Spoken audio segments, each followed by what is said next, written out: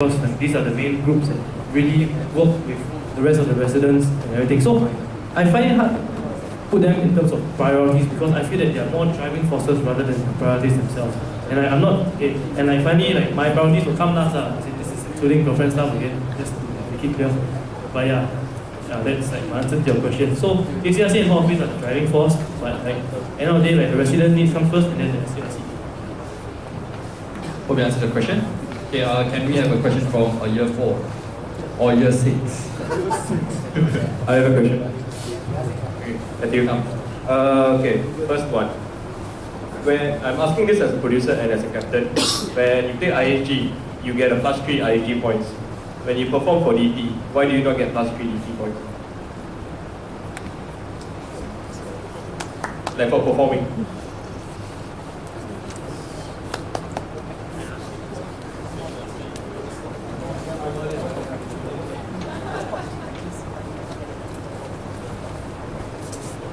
That's a really good question.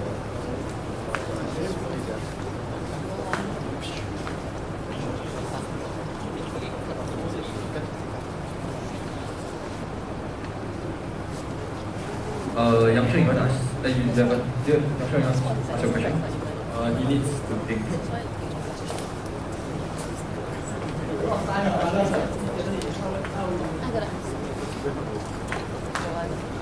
you have another question? It doesn't get easier. Oh, okay. All the best, man. Okay, Yang Shen, can you just ask your question first? Thank you. This one just be honest now, okay? Can you just share with us one thing as a president I did wrong? Yeah. This is like I think like we talked about this also. In general, okay, well, oh sorry, I've talked about this with Yang Shen. So like, as in I think I've told him before, like as in, I think he tends to keep a lot of his work to himself. So like he does a lot of things like behind the scenes without telling us. So it sounds like a good thing, right? But it's really not, because at the same time he gets very, very stressed. And like, so this is a lot of micromanaging. So like the GCRC, we might not know what's happening, but like it's done already, and then like we only find out that it's done after he says, oh, this was done already. Then we just like, huh? So like it's something that I disagree with, because like I find that like he still did his job, and he did even more than his job. Like he put on a lot of unnecessary pressure on himself, and like ended up micromanaging a bit too much than was necessary. Yeah. Very much. Thanks for your answer. Okay, so we'll go back to Tam's question. I'm just thinking in general, like for the like IHG, okay, sportsmen versus the dancers, okay. Like it feels like to be very dangerous. But anyways, okay. So in general, I think okay. Dance, for the people who are in dance, there are many events where you can get points throughout the year. Many more, I feel many more than like the sports side. So this is just an example, I may be wrong. But for the dancers, they have DP, and usually that means at least 2 dancers. So from that, they can get a max, they can get probably a total of 20 points. Okay? So from there, they have EDC, I think you still dance. From there, they can get another like 10 plus points. Okay? Then after that, they have DU, which they can get another 20 points. That in total leads to about, so okay, a normal or good dancer can get about 50 points throughout the year, which I feel like it's a lot of events where they can like gain points throughout the year. Whereas for the sports people, I would think it's harder for Okay, this question, okay, honestly, it's not an easy one. I don't expect you to have the answer right now. But it's something, just go and think about it. As for translation of skills, I believe sports also, you can translate skills, let's say ball handling skill, maybe handball, frisbee, and etc. Yeah, so you can play different sports throughout the year and maybe get them. But think about it. Yeah, this one you have to think about it. So I will ask my second question. Okay, this is on request of someone. Okay, this year is 60th anniversary, and then we have all these events, Sorry, we have the 60th anniversary gala dinner, golf charity, blah blah blah. You have all these people volunteering the services, or you have sponsorship talks that we're supposed to attend, for whatever sponsor. Why are we giving away 4 points to attend these events? where it should be voluntary?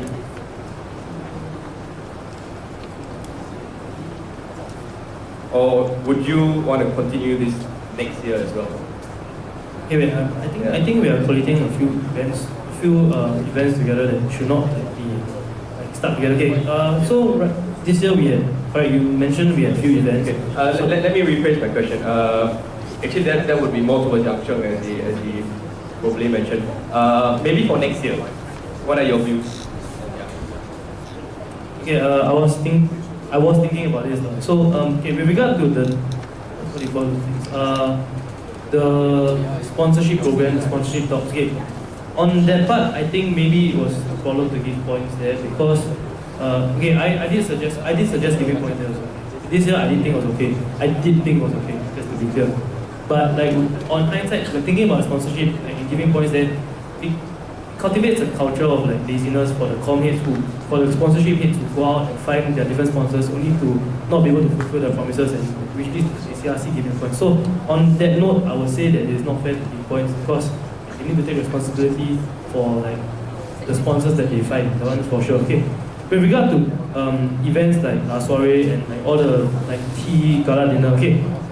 Yeah, actually tea gala dinner, etc. etc. Okay, those I see no problem in giving points because those are not voluntary. Like, I wouldn't call them voluntary events. At the end of the day, those are events that like you require help with, and like they do not actually have to come down to help. Like it's actually like for any student who has come down to help for those events, like it's at the end of the day, like we are just here because we are willing to help all, and like I don't think that this event should be treated as voluntary events because like things like okay, for example, for La Soiree, we gave points for those who came to help out. As in, it is a GCSE event, but like at the same time, like we were severely like short staffed as well. And like I think for future references, maybe in my head, I think like smaller com should be set up, maybe like a general ad hoc points com, where like they should like we get a com of people who are okay, it's like a locked team com who help out for this kind of events. So like we make it clear at the start that there will be points given for this kind of events, rather than like, at the end of the day we say okay, you get 1 point, 1 point, 1 point each for the different events. Rather we tell them early beforehand that this is going to happen. Like, at the end of the day, I just don't think these are voluntary events. But for the sponsorship talks, yes, I think that this was a mistake that we made this year. Yeah. And it's something that we will not. I will talk to the JCRC about next year. Yeah. Thanks, Ben. Tams, do you have an even harder question? Yes, unfortunately. Okay. So this is with regards to something that was said in a chat. Okay. Whereby to keep our members or residents in hall, we should distribute the points as such. Yeah. Okay. I just hope next year that would not be the attitude, and it should be based on purely workload and dedication to whatever you're doing. Yeah. Can you elaborate? Okay, if you want me to elaborate, it was said in the captain's chat, okay, that some of your members might not have enough points to stay. So do the necessary whereby you might need to up their points a bit here and there just to help, push them up a bit to stay. So like when you're a president, people scrutinize you in every direction, in every way. People, whatever you say, right, they will be critical of you. The seniors from last time, people know in hall also will be critical of you. It happens. And so I just hope that next year you'll be able to word things properly as well. And if you have anything to say about that matter or your attitude, if it has changed or you want to retract anything, yeah.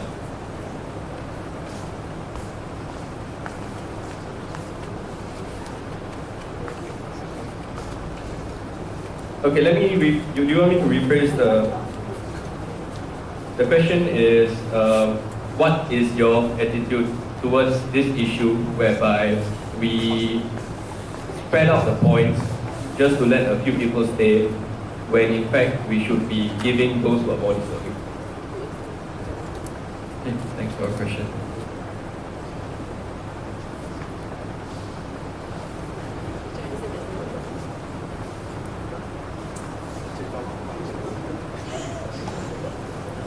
Okay, so the context of this question is that So Matthew has mentioned in the captain's chat that for sportsmen who are better, the captains could stretch out their points. Not necessarily better. I mean, the issue is not about sports or whatever. The issue is about rewarding points where it's, you know. Okay, I see. Yeah. So that's the issue. Yeah, okay. Thank Not you. the examples. Good example. Okay, thank you. Okay.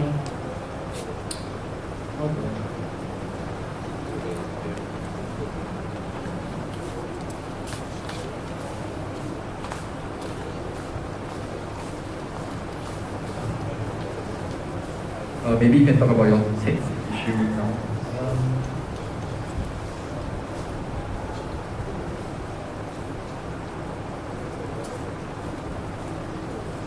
Actually, I don't really have an answer to this right now. As in, how to, okay, at the end of the day, I understand that like distribution of points to people who do not deserve it is like, well, it's problematic, definitely. Like, as in, yeah, it's problematic. Like, there's in like some people, if they don't deserve the points, obviously, like just by phrasing it like that, like the word, if they don't deserve the points, then obviously they don't deserve the points. The one is like a fact that remains. But I think for me at least, there's always been the dilemma between. Okay, so I have a group of graduating seniors who are, okay, let's say like I always say, I have a group of graduating seniors who are going to leave, and then I have a group of freshies who are going to stay. Like, okay, in terms of practicality, right? Just practicality. I understand that like, to me, it feels like giving my graduating seniors the points seems like a waste. It seems like a waste of points. It does. But like at the end of the day, like, I understand that like they still are deserving of their points and they should be getting it. That's all I have to say on the matter.